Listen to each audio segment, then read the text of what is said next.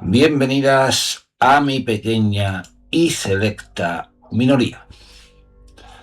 De bárbaros a conquistadores, ¿cómo veían los musulmanes a los cristianos del norte? Año 929. Córdoba acaba de convertirse en la capital de un califato. Sus calles rebosan de actividad. Mercaderes llegados del Mediterráneo oriental venden especias y tejidos. Los artesanos trabajan el cuero, la seda y el metal. Los juristas discuten cuestiones religiosas. Los poetas recitan versos ante los poderosos. Y el califa Abd-ar-Rahman III gobierna uno de los estados más ricos y sofisticados de Europa occidental. Pero más allá de las montañas del norte existe otro mundo, un mundo de fortalezas, de aldeas dispersas, de bosques interminables, de pequeñas cortes reales. Un mundo habitado por hombres a los que los cronistas musulmanes llamaban gallegos, francos o simplemente cristianos. Aquellos pueblos parecían insignificantes, no poseían grandes ciudades, no acuñaban monedas comparables a las cordobesas, no podían rivalizar con el esplendor del califato y, sin embargo, apenas 5 siglos después, Córdoba, Sevilla, Toledo y Valencia estarían gobernadas por aquellos mismos hombres. ¿Cómo explicaron los musulmanes de Al-Ándalus aquella transformación? ¿Cómo veían realmente a los cristianos del norte? La respuesta es mucho más compleja de lo que suele creerse, porque la visión musulmana de los cristianos cambió radicalmente entre el siglo VIII y el siglo XIII. Y ese cambio no cuenta tanto sobre los musulmanes como sobre los propios cristianos, los hombres de las montañas. Cuando los ejércitos islámicos conquistaron gran parte de la península ibérica a comienzos del siglo VIII, los territorios del norte apenas llamaron su atención. Las fuentes más antiguas hablan de ellos casi de forma marginal. La riqueza estaba en otro lugar, en Toledo, en Mérida, en Córdoba, en Sevilla. Aquellas ciudades representaban el verdadero premio de la conquista. Las montañas cantábricas, por el contrario, aparecían como regiones pobres y periféricas, no porque fueran irrelevantes estratégicamente, sino porque aportaban poco valor económico. Los cronistas musulmanes heredaron en parte una visión que ya existía en época romana. El norte era una tierra difícil, escarpada, fragmentada, poco urbanizada. En las fuentes encontramos repetidamente expresiones relacionadas con territorios ásperos y montañosos. La geografía desempeñó un papel enorme en la construcción de esta imagen. Las montañas protegían a los cristianos, pero también contribuía a presentarlos como habitantes de una periferia remota. Durante generaciones, muchos autores andalusíes consideraron que aquellos núcleos cristianos eran simplemente restos del antiguo reino visigodo derrotado. Vestigios del pasado, nada más. El error de los vencedores. La historia está llena de vencedores que creen haber resuelto definitivamente un problema. Lo repito esto. La historia está llena de vencedores que creen haber resuelto definitivamente un problema. Los musulmanes de Al-Ándalus no fueron una excepción. Durante los siglos VIII y IX, la mayoría de los gobernantes andalusíes no consideraban a Asturias o León una amenaza existencial. Las expediciones militares eran frecuentes, las aceifas penetraban en territorios cristianos. Las aceifas penetraban en territorio cristiano. Se saqueaban fortalezas, se capturaban prisioneros y después los ejércitos regresaban al sur. Desde Córdoba parecía evidente quién dominaba la situación, pero aquella percepción ocultaba una realidad importante. Los musulmanes podían entrar en las montañas. Lo difícil era permanecer en ellas. Cada campaña demostraba la misma lección.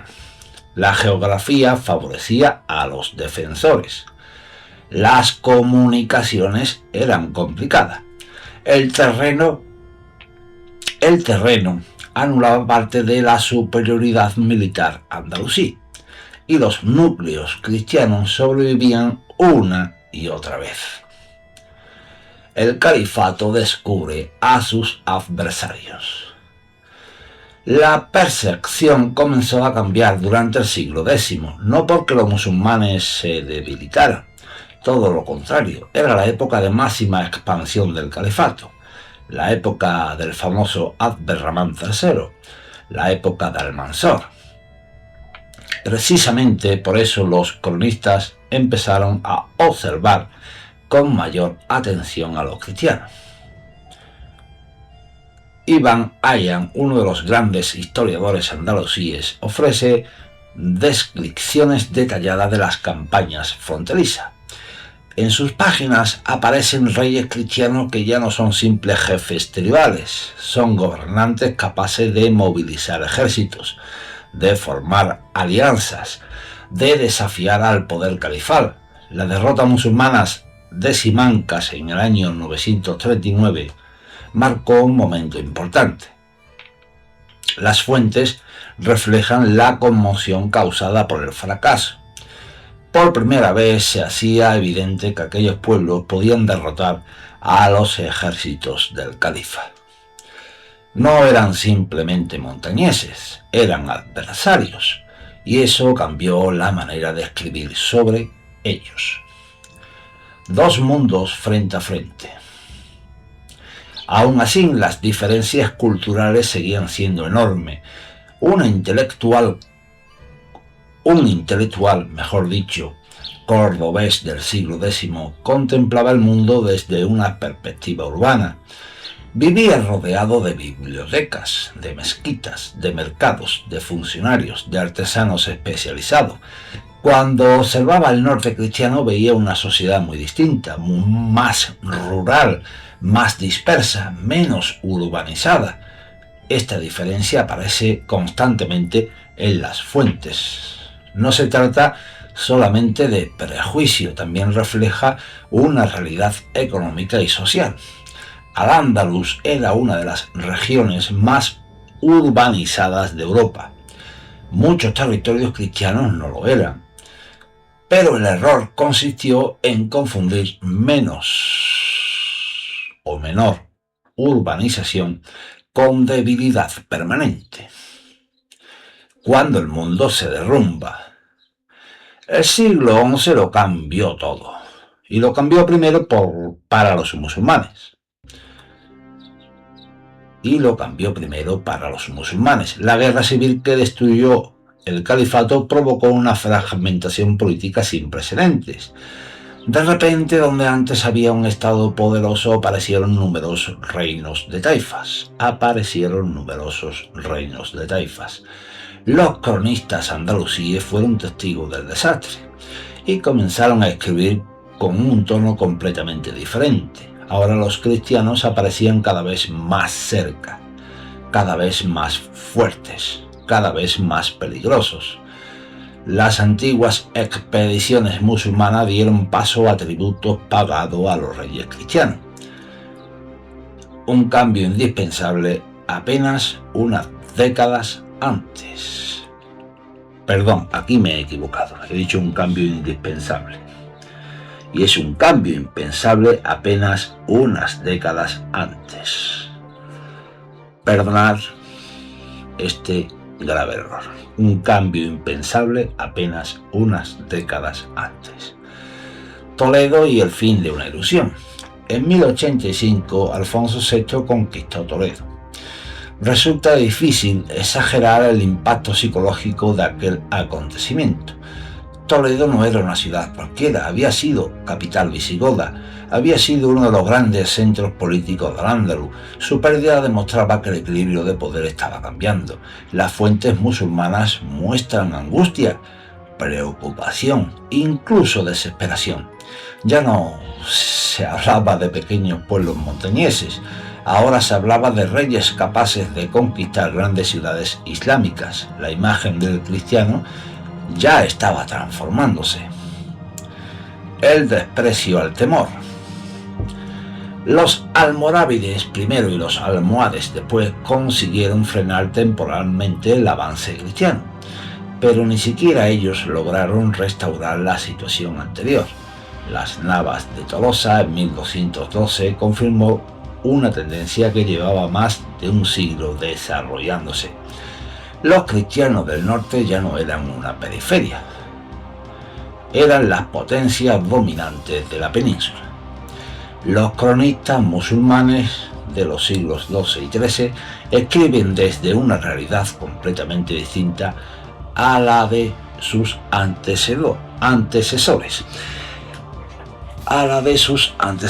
Y estamos hablando de cómo estos cronistas contaban la historia desde el punto de vista del Al-Ándalus. La percepción había cambiado porque la realidad había cambiado. Y eso es precisamente lo fascinante. Y concluimos el vídeo para que no se haga muy largo.